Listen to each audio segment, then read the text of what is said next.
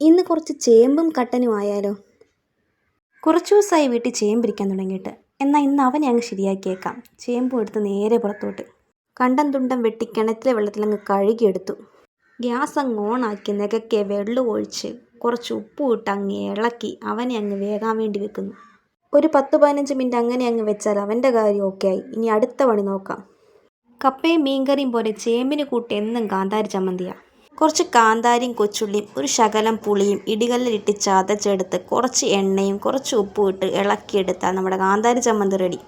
ഓരോന്നോരോന്ന് വെച്ച് ചതച്ചെടുക്കുന്ന നല്ലത്. എൻ്റെ ആവേശത്തിൽ ഞാൻ എല്ലാം കൂടി ഒരുമിച്ചിട്ട് അങ്ങ് ചതച്ചെടുത്ത്. ചേമ്പിൻ്റെ കൂടെ മാത്രമല്ല, ചേനയായാലും കാച്ചിലായാലും ഇവനുണ്ടെങ്കിൽ പിന്നെ വേറൊന്നിൻ്റെ ആവശ്യമില്ല. ഇത്രയൊക്കെ ആയിട്ട് പിന്നെ ഒരു കട്ടൻ ഇല്ലാതെ എങ്ങനെയാണ്?